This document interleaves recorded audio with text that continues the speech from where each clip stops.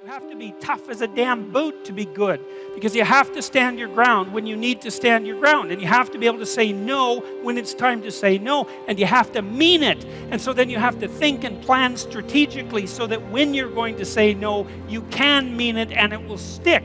You know, and that takes a certain amount of integrated malevolence, I would say. And once it's integrated, it's not malevolence, it's strength. It's strength of character. It's the ability to stand your ground. And you have to cultivate that. And you cultivate that at least in part by telling the truth.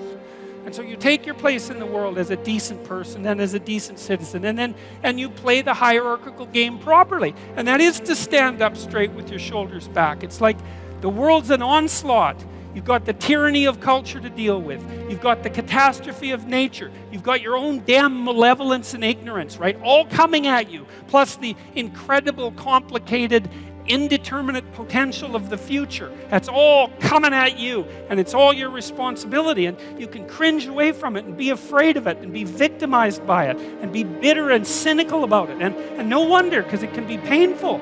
Or you can turn around and you can say, man, bring it on. Because there's more to me than there is to the catastrophe. And this is what I discovered from looking at what I looked at. I looked at the darkest things I could look at. Really, for 30 years. I was really a lot of fun to be around, I can tell you. I looked at the darkest things that I could think of, right? Not only what happened in Auschwitz and what happened in the Gulag, but personal issues. You know, it's like I wasn't so much interested in the totalitarians as a group. I was interested in the people who undertook the terrible acts that the totalitarians required. You know, the people who, I was just rereading Ordinary Men, and it was a story about a police battalion in Poland that trained ordinary policemen to take naked pregnant women out into the fields and shoot them in the back of the head. It takes a lot of training, by the way, before you can bring yourself to do that. And you aren't the same person by the end of it. It's pretty goddamn horrific. You know, and I was trying to figure out, what would it be like to be that person? Because we are that person. And then what would it be like to not be that person, right? To refuse to do that, to not participate in that. You know, and what I discovered by making that totalitarian proclivity personal was that there's more to us than there is to the horror. As nature is, bent on our destruction, bad as culture is, tyrannical and bloody, back as far as you can look, as malevolent as you are in the darkest part of your heart, and that's plenty malevolent. The possibility that's within you that can well up, the courage and the truth and the ability and the skill and the willingness to set things right, if you are willing to set them right, is more powerful than all of that. And so it's so interesting. It was proof for me of an old saying I read from Carl Jung. It's an alchemical motif, in stir qualinus inventur, which is what you most want to be found will be found where you least want to look, essentially. And it's so interesting because it means that if you're willing to turn around and to stand up, stand up straight and face the darkness like fully, what you discover at the darkest part is the brightest light.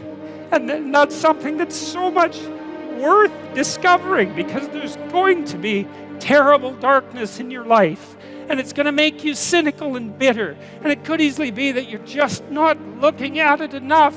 Because if you looked at it enough and you didn't shy away and you brought everything you had to bear on it, you'd find that there was more to you than there was to the horror.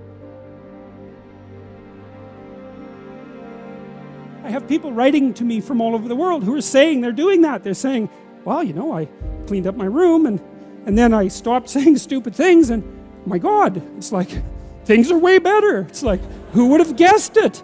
You know? And so, it's low-hanging fruit, man. Because that's the other thing. If there's a lot of things wrong with you, then it's really easy to start fixing it, you know? There's so much territory that you can inhabit. I will make of thee a great nation. I will bless thee. That's good. I mean, the whole nation thing, that's positive. But to have God on your side, that's, you know, you might want that when things get rough. That would be good. And make thy name great, and thou shalt be a blessing. Wonderful. That's a good deal. And I will bless them that bless thee. That's good too. And curse him that curseth thee. And in thee shall all families of the earth be blessed. That's something. That's something. Wouldn't it be something if you could wake up and your day was composed in part of people thanking you for all the good things you've done in the world? Wouldn't that be good? It's not impossible for that to happen. So Abram departed. Yes, as the Lord had spoken unto him. And Lot went with him. And Abram was 70 and 5 years when he departed out of Haran.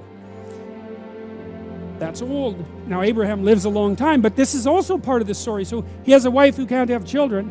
He has nothing. Obviously, he's been hanging around Dad's shack for a little too long, given that he's 75, right? It's time to get a fire lit underneath him a bit. And so he's not got much going for him, but he still decides to move forward. And I've seen this too, like if you don't have your destiny in hand by your time you're 30, it's rough. You start hurting. And if you don't have your destiny in hand by the time you're 40, then you really start hurting. And 40 is a real fork in the road. The fork in the road, that's always where you meet the devil, by the way. And that's because every time you have to make a decision, the possibility of evil beckons. That's why that is. I had a friend, I've told you a little about him, and he killed himself just after 40.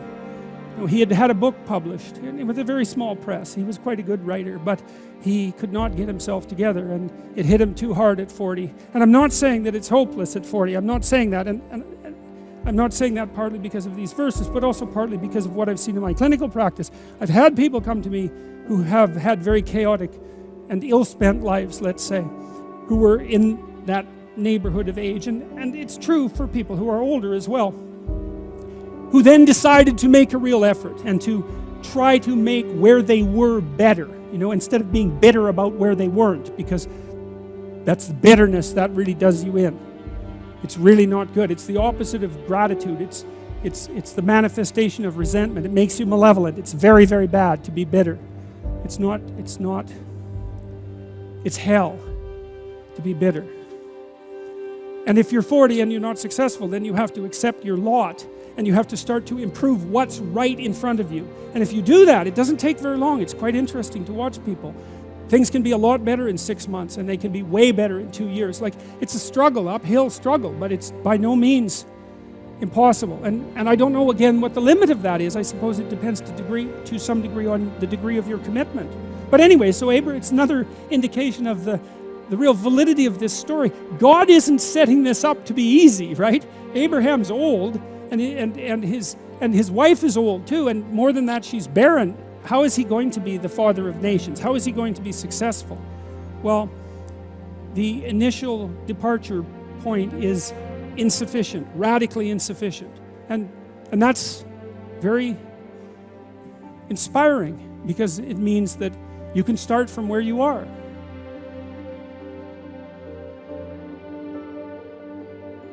And it's worth asking yourself. It's like, drop what you're doing that's foolish, that you know is foolish, and pick an aim that's worthwhile, to make things better for yourself, like you're worth taking care of, like you're worth something, and to surround yourself with people who believe the same, and who are rejoicing in your accomplishments and unhappy when you fail, right? And you're comparing yourself to your accomplishments of yesterday and not to someone else's today, so that you're not jealous and bitter. And you put your own house in order so that you're not cursing the world when some of its disarray might be your fault. And you're trying to pursue something meaningful, and you're doing your best to tell the truth and all of that. And then you see what happens. Who the hell are you? You think you're a miracle of some bloody bizarre sort.